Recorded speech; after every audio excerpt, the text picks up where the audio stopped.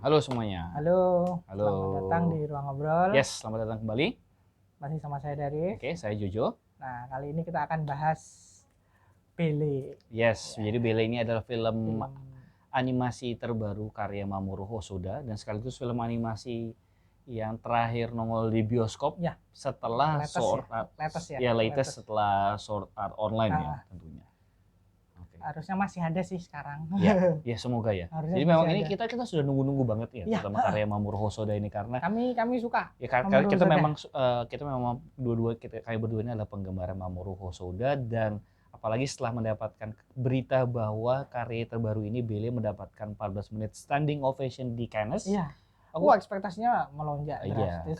karena untuk sebuah film anime bisa mendapatkan Cannes ya. apresiasi yang sebesar itu di Cannes ini kan berarti nggak main-main. Iya.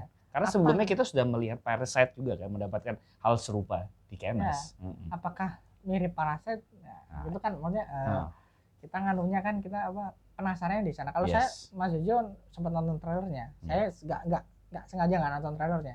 Jadi pengen nonton dan overall kami puas ya. Okay. Puas kita cerita dulu ya. Jadi dulu. Bele ini bercerita soal metaverse versi dunianya Bele, versi Mamoru Hosoda. Oke, jadi di film Bele ini latarnya di metaverse yang namanya adalah U.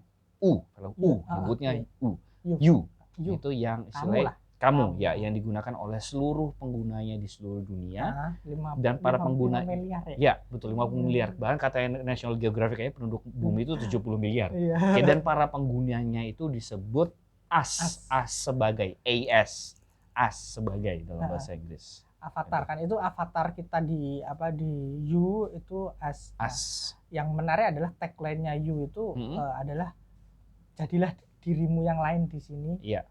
Kesempatan yang tidak kamu dapat di dunia nyata, kamu akan bisa mendapatkan. Iya, jadi kalau kita kayak diberi kesempatan kedua untuk hidup ya. Ya, karena Yu di film itu jelas-jelas Yu mengatakan bahwa kalau kamu tidak bisa merestart kembali hidupmu karena jelas kamu tidak bisa merestart hidupmu di dunia nyata, kamu bisa memulai lagi kehidupanmu di Yu sebagai as. Ya, dan uniknya karena asik banget ya itu. Iya, dan kita ngomong avatarnya dulu ya. Jadi avatarnya di U ini as itu dia tidak customize, kemudian kita bikin rambutnya warna ini kayak di game gitu, badannya ukuran segini, itu nggak kayak gitu ya Mas Dari. Jadi as itu tercipta berdasarkan pemindaian biometrik setiap penggunanya. Jadi setiap orang tuh cuma punya satu avatar. Iya, nggak bisa diganti-ganti. Dan itu personifikasi keinginan terpendammu dan potensi terpendammu. Makanya kenapa kok betul, itu saya lupa mention. Kenapa kok orang itu pada banyak ke as? Karena mereka merasa dia bisa menjadi versinya yang paling baik itu di as. Bukan as. Ya, ke you. Nah, si Bele ini, tokoh utamanya ini, dia punya trauma masa lalu. Soal trauma masa lalu yang kemudian membuat dia harus memendam bakat menyanyi, bermusik dan bakat menyanyi. Oh ya, kita spoiler. Full spoiler dari sini. Oke. Dan karena memang avatar as itu tercipta dengan pembinaan biometrik, jadi memang ya betul-betul secara fisik kita diterjemahkan tampilannya di Diva. Dan potensi kita yang tidak terlihat juga langsung dimunculkan. Jadi dia benar-benar di sana itu jadi diva banget. Iya. Diva. Jadi dia dicintai banget. Berkebalikan dengan di dunia nyata dia yang suram, dia yang penyendiri, dia yang tidak bisa membuka ke orang lain karena traumanya. Traumanya kita harus sebutkan dulu apa traumanya. Traumanya dia ibunya meninggal karena menyelamatkan anak kecil. Oh iya, tadi saya waktu sebentar tadi dari sempat ngomong Bele. Kita perlu jelasin lagi bahwa Bele itu di dunia nyata bukan Bele. Tadi Mas Dari sempat bilang Bele itu kan Bele itu digambarkan memang sebagai seorang diva yang suaranya bagus banget. Dilulukan oleh hampir seluruh pengguna Yu, tapi di dunia nyata Bele ini adalah seorang anak remaja, anak SMA di Jepang yang bernama Suzu. Suzu namanya. Dan Suzu tadi memiliki trauma yang dibilang makanya dia punya trauma gitu. Dia tiap nyanyi karena ibunya juga komposer musik. Digambarkan itu. Ibunya ngajarin dia buat lagu juga ya. Nah, ibunya meninggal, dia kenapa ibu lebih milih menyelamatkan orang lain daripada menghabiskan waktunya bersama aku. Dan itu kemungkinan untuk matinya gede karena nyelamatin itu dari sungai di kan. sungai yang Jadi deras udah, lah, lagi badai ya. Dia ketika nanya itu dia langsung muntah. Kalau misalnya dia langsung muntah teringat ibunya, jadi kan psikosomatis. Ya. Di You ini dia ada di Bele yang diva luar biasa, udah penggemarnya banyak, dia bisa menyanyi dengan lepas, kayak bener-bener You yang menarik dari You ini kan bagaimana kita bener-bener bisa jadi orang lain tanpa orang lain tahu kita siapa. Iya, dan kita juga bisa melepaskan potensi kita yang mungkin memang gak bisa keluar entah karena alasan apapun, termasuk karena trauma. Iya. Nah, di You ini kita kan ngomongin world buildingnya dulu ya. Di You ini juga yang menarik. You itu kan benar-benar representasi metaverse. Betul, metaverse yang mungkin yang jelas diimpikan sama Mark Zuckerberg dan entah kapan mungkin bisa terwujud. Kemungkinan bisa seperti ini. Karena You ini sudah tidak terbatas audiovisual, bahkan sampai bisa ngangkat potensi kita terdalam itu udah berarti udah di luar zona 4 dimensi. You itu memanifestasikan dirimu. Yes, betul. Memanifestasikan dirimu. Jadi kalau kamu luar dalam. Nah, di sini ada ormas. Ormas penjaga keadilan lah. Yes. Nah, karena internet itu kan seperti kita tahu, internet itu kan tidak pernah punya polisi. Iya. Ini sindiran mungkin terhadap para SJW. Iya, tidak pernah punya polisi. Jadi kemudian ada sekelompok orang yang kemudian ingin menegakkan bukan hukum, ketertiban yang mereka. Ada di versi mereka. Namanya apa? Saya lupa. Justice kan? Justice. Justice. Dan tampilan mereka itu memang selain superhero Jepang. Superhero Jepang. Klasik superhero klasik. Kalau teman-teman pernah familiar dengan desainnya Mega Man yang tangannya gede, terus desain glove putih itu kayak gitu. Konsep justice ini adalah bagaimana cara menghukum orang yang di internet kan mustahil tuh. Iya. Karena namanya di internet orang anonim, mau dia apa-apain kan juga orang mungkin nggak mempan kan. Apa yang paling ditakutkan kita dari internet? Ada ketika identitas kita ketahuan. Yes, ketika kita di-doxing. Ya, cara menghukumnya tuh doxing, gila banget. Jadi dia punya device yang bisa membuka siapa di balik asmu. Jadi misalnya saya pakai avatar misalnya Iron Man kayak gitu di You. Terus tiba-tiba sama Justice saya ditembak dianggap ancaman, ditembak sinarnya itu lalu terungkap di You itu bahwa saya Jojo tampilan kayak gini dan orang-orang akan langsung kecewa. Ibaratnya kamu mati udah di internet. Avatarmu mati, kamu udah nggak bisa jadi dirimu yang kamu inginkan lagi. Ibaratnya personamu yang kamu bangun, misalnya kamu membangun dirimu sosok yang sempurna, cantik, ganteng, tiba-tiba ketahuan aslinya itu yang mana berbanding terbalik dengan avatarmu kan otomatis orang-orang akan langsung kehilangan minat. Iya, itu kan maksudnya gila ya, luar biasa ya. Bagaimana Mamoru Hosoda itu memang orang yang sangat-sangat visioner. Cukup visioner sejak zaman Summer Wars. Sangat visioner. Sejak zaman Summer Wars ya. Ini makanya kan kalau bahasa kami pas kami ngobrol kemarin tuh You itu Summer Wars 2.0 dengan pendekatan yang lebih relatable. Yes, kalau misalnya dulu kita sedikit bandingkan dengan Summer Wars ya. Kalau Summer Wars itu memang menggambarkan dunia internet sebagai perpanjangan tangan dari apa yang ada di dunia nyata. Kalau kali ini memang ya kita completely different people. Iya, people. Ya nama dunia aja You, nama avatarnya aja S. Tagline-nya kan another you. Yes, another yourself gitu loh. Yes, betul. Pure another self. Yeah. Tagline-nya aja. Ya, gitu. Cocok lah dengan kondisi zaman sekarang di mana banyak orang-orang berinternet, terutama generasi Z ya, generasi Z yang ketika lahir udah di internet itu memang menjadikan dunia maya itu ya bagian dari kehidupan di dunia nyata gitu. Kalau mungkin generasi milenial melihat internet itu hanya sebagai alat perpanjangan tangan kayak gitu. Kalau banyak orang sekarang menganggap internet ya hidup internet juga ya kita salah satu kehidupan kita di internet. Iya. Makanya banyak foto kayak metaverse yang diimpikan juga Mark Zuckerberg seperti itu. Oke, kita masuk ke ceritanya full spoiler ya. Nah, nanti sebelum tadi kita ngomongin soal itu ya. Saya sempat mention generasi zaman sekarang yang menggabungkan dunia nyata dengan dunia maya itu memang tergambarkan dengan baik di karakter utamanya si Suzu ini karena Suzu ini memang remaja umur 16 tahun lahir udah ada internet. Jadi apa yang istilahnya dia alami di dunia nyata berpengaruh terhadap apa yang dia lakukan di dunia maya dan apa yang dia terima di dunia maya itu akan ngaruh dengan dia di dunia nyata.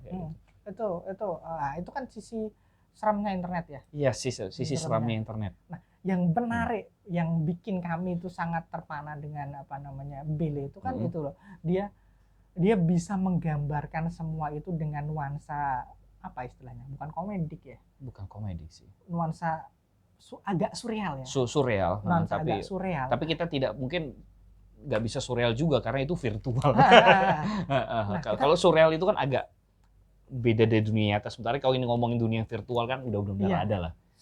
Segala ketakutan kita itu tentang internet itu bisa tergambarkan dengan baik, dengan indah, dengan dunia you-nya itu, dengan dunia virtualnya itu, dan kita merasa tersentil. Semua orang yang pernah berselancar di internet ketika nonton you mungkin sampai titik tertentu bakal merasa relate. Oke, iya relate. Karena gini, karena kita di internet itu kan, walaupun kita tidak punya niatan untuk kemudian memoles diri kita menjadi persona yang lain, tapi secara nggak langsung kan kita pasti jadi persona yang lain juga karena ya simpelnya misalnya kita di Facebook, di forum komik gitu, kita cuma komen-komen biasa tanpa kemudian menampilkan jati diri kita sebenarnya, orang kan akan mempersepsikan kita menjadi sebuah persona, sesimpel itu. Apalagi di Bele, di mana orang itu ditampil, di mana Bele itu orang ditampilkan dengan berbeda dan potensimu betul-betul diangkat. Betul diangkat. Bele jadi penyanyi karena dia emang dasarnya bisa menyanyi. Bisa bernyanyi. Jago nyanyi. Di You dia Nah itu loh, itu yang digambarkan dengan sangat disturbing ya menurut gue. Dan apa ya popularitas yang didapat Suzu di hampir sebut nama Suzu di dunia di You sebagai Bele itu ternyata sangat dijaga dan itu juga ongkosnya gede banget. Kosnya gede banget. Nah itu loh yang gila itu kan itu kita bisa melihat bagaimana gambaran nyata, bukan nyata ya, gambaran dari fiksi gimana kalau kamu udah punya persona gede banget di internet, kamu akan melakukan apapun untuk melindunginya. Personamu. At the cost, at what cost? Costnya adalah kamu mungkin, berdasarkan apa yang di film ini, mungkin tidak pernah tahu dirimu sebenarnya, atau kamu akan kehilangan dirimu. Karena si Suzu nyaman. Ya Suzu ini apa ya? Dia saking nyaman di situ, dia tuh sangat takut gitu tuh menggali trauma masa lalunya, yaitu trauma ditinggal ibunya meninggal tadi. Menariknya adalah setelah dia terestablis sebagai seorang diva. Seorang kemudian adalah satu karakter. Nah, nanti kalian lihat di thumbnailnya itu pasti ada kayak Beauty and the Beast. Nggak usah di thumbnail, di posternya kan. Di posternya kan ada Bele emang karakter Beauty and the Beast. Di thumbnail kita, di thumbnail YouTube-nya nanti. Nah, ada karakter Beast ini kemudian yang akan membuat Bele berkembang. Betul. Beast ini adalah dia karakter yang sangat ditakuti di You ya. Dia seorang petarung jago lah, nomor 1 di You. Ditakuti banget di You. Sampai dia dikejar-kejar jasis karena dianggap merusak tatanan. Ya merusak ketertiban. Nah, si Bele ini kan merasa relate. Relate karena kan kamu ngapain segininya sih? Mengeluarkan potensimu kok sampai keluar gede banget. Karena bisa dibilang si dua-duanya itu monster adalah ini puncak. si Ryu, si monster sama si Bele ini betul-betul puncak potensi di yang digambarkan dunia You, karena satunya itu digambarkan ya potensi bernyanyi, yang ini potensi bertarung, dan mereka berdua sama-sama di puncak. Sama-sama di puncak. You si Bele di puncak, Ryu ditakutin. Nah, kan merasa relate ya. Dia mencari Ryu, akhirnya mereka bonding dan lain sebagainya. Bonding dengan dengan penggambaran ala yaitu di Beauty and the Beast ya. Iya, benar itu indah banget. Bonding. Nah, inilah nanti yang akan jadi puncak karakternya ketika si Suzu ini dia ingin menyelamatkan Ryu yang asli. Si Suzu atau Bele ini menyadari bahwa Ryu ini adalah nampaknya bagi si Suzu ini adalah nampaknya adalah orang yang juga bermasalah di dunia nyata sama seperti dia. Jadi dia bisa berempati lah karena dia merasakan kepedihan yang sama. Iya, makanya dia ingin Suzu ingin menyelamatkan Ryu at what cost ini loh yang bagusnya. At what cost. Ryu itu ternyata adalah seorang anak kecil. Anak kecil yang yang mengalami KDRT ya. Bukan KDRT yang mengalami istilahnya parental abuse lah. Iya, parental abuse oleh bapaknya yang juga orang tua tunggal di keluarganya. Nah, dia crying for help dengan live YouTube, tapi nggak ada yang nonton. Sedangkan kalau misalnya di You, dia ditonton banyak orang. Jadi dia tuh mendapatkan kekuatan puncaknya bertarung di You itu karena dia memang menyimpan luka dan amarah yang besar di dunia nyata. Nah, si Bele, Suzu ingin menyelamatkan dia, tapi dia nggak percaya. Aku pengen menyelamatkan kamu. Ya nggak percaya karena di dunia nyata banyak orang yang kemudian mau menyelamatkan si monster ini, tapi ya memang ya udah gitu doang. Ya ngomong doang, nggak ada yang Heeh. nyelamatin. Sebenarnya dia tiap hari di abuse sama bapaknya. Dan dia nggak percaya kalau dia itu bele. Akhirnya dia apa? Dia mendoxing diri. Iya, Nah, betul. ini kan gimana ya? Bagaimana ini adalah metafora yang luar biasa, bagaimana si Bele itu, si Suzu itu sangat membenci, sangat mempertanyakan kelakuan ibunya, bagaimana kamu kok rela mengorbankan diri demi orang lain at Untuk cost of me gitu. Kamu kok rela bertaruh nyawa demi menyelamatkan orang lain yang kamu nggak kenal. Di sini kan akhirnya Suzu digambarkan dia membunuh dirinya sendiri. Ya, bukan dalam tanda kutip, dia betul-betul membunuh per dirinya dia sebagai Bele. Diri dia sebagai Bele di You. Cost of everything Dan dengan taruhan adalah kehilangan semua popularitas yang dia bangun untuk menyelamatkan satu orang. Iya, supaya orang itu percaya bahwa si Suzu ini Bele ini memang tulus mau menyelamatkan dia. Itu kan itu poetik banget sih, itu poetik banget, dan juga aku pikir itu teguran keras terhadap kita di internet. Ya jangan-jangan kita selama ini di internet ini ya penuh kepalsuan juga. Iya, kan kita nontonnya agak disturbing karena banyak hal-hal yang menyentil itu loh. Dan ini Mamoru Hosoda kan juga menunjukkan bagaimana ini loh, internet itu bisa setoksik ini, tapi kamu juga bisa banyak kebaikan-kebaikan yang muncul dari internet. Yes, jadi dia betul-betul istilahnya apa? Dia ngobrolin metaverse. Dia ngobrolin metaverse ya di dunia nyata kita. Metaverse itu bahwa itu bukan sesuatu yang kemudian bisa sepenuhnya buruk. Ketika kebanyakan film kadang-kadang kalau bahas internet itu terutama film-film sci-fi yang cukup gelap ya, kelihatan buruknya ya. Di sini kita dilihatin dulu seremnya kayak gimana, baru kita pertama dilihatin benefitnya dulu, potensinya metaverse, kemudian dilihatin sisi buruk, dan ternyata ada sisi baik yang bisa muncul ya kalau memang kamu baik. Kalau kamu ingin berbuat baik juga. Dan berbuat baiknya itu juga aku pikir bukan hal yang klise, maksudku kontekstual ya dari segi isu di internet. Jadi kalau misalnya kamu di internet, orang yang gini loh, kita kalau spending time too much di internet, itu kan pasti kita punya luka hati. Iya. Pastilah itu. Dan film ini juga pengen ngomong bahwa kalau misalnya kamu pengen menyelamatkan orang, itu ya kamu juga harus kemudian terjun langsung dan menerima dirimu apa adanya. Karena kebetulan ini konteksnya di internet, di metaverse Bele, ya salah satu cara supaya Suzu ini bisa menolong orang lain, ya dia harus menjadi dirinya sendiri. Dan kemudian akhirnya kan tolongnya secara fisik ya, ketemu langsung bagaimana. Itu kan benar-benar kayak Hosoda itu bilang, ini loh internet itu cuma alat. Iya. Bagaimanapun hubungan interpersonal itu jauh lebih penting. Internet itu cuma alat. Internet itu kan cuma gila. Dan bagaimana yang aku senang banget tuh Mas, bagaimana ini kan keren banget. Iya, ngomongin metaverse loh. Tapi konfliknya itu relate banget. Konfliknya tuh kecil banget antar orang. Kalau di Summer Wars kan grand banget, konfliknya grand, penyelesaiannya juga grand. Kalau ini konfliknya grand banget, penyelesaiannya grand juga, tapi konfliknya kecil. Iya. Kalau Summer Wars itu masih kayak Skynet skenario. Iya. Kalau ini enggak. Ini benar-benar interpersonal banget. Penyelesaiannya itu sangat di level yang sangat pribadi banget.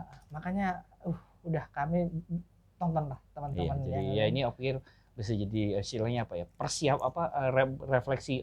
juga, bahan refleksi juga buat kita untuk menyiapkan diri menghadapi metaverse gitu. Apakah ini film yang sangat cocok keluar di waktu yang tepat? Iya, betul. Apakah nanti di metaverse kita akan selalu menyembunyikan diri kita dan membuli orang lain? Apakah kita selalu menyembunyikan diri kita untuk kemudian mendapatkan puja-puji? Ataukah kita akan jujur dengan diri kita sendiri supaya kemudian bisa bermanfaat bagi orang lain? Nah, itu pertanyaan yang bahan refleksi lah yang diberikan kepada penonton dari film ini kepada teman-teman. Oke, itu aja sih kayaknya. Itu aja ya. Jadi saksikan Bele kalau masih ada di bioskop. Semoga masih ada. Semoga masih ada. Kalau sangat berharap ini film laku, banyak yang nonton. Kalau misalnya nanti lewat banget. Ya, kalau misalnya nanti lewat ya nonton di streaming service aja lah. Semoga ada. Thank you teman-teman. Thank you guys. Kita udah cukup puas ya bahas Bele. Puas banget. Oke. Sampai jumpa lagi. Sampai jumpa lagi. Saya Daris. Saya Jojo. Sampai ketemu. Bye bye.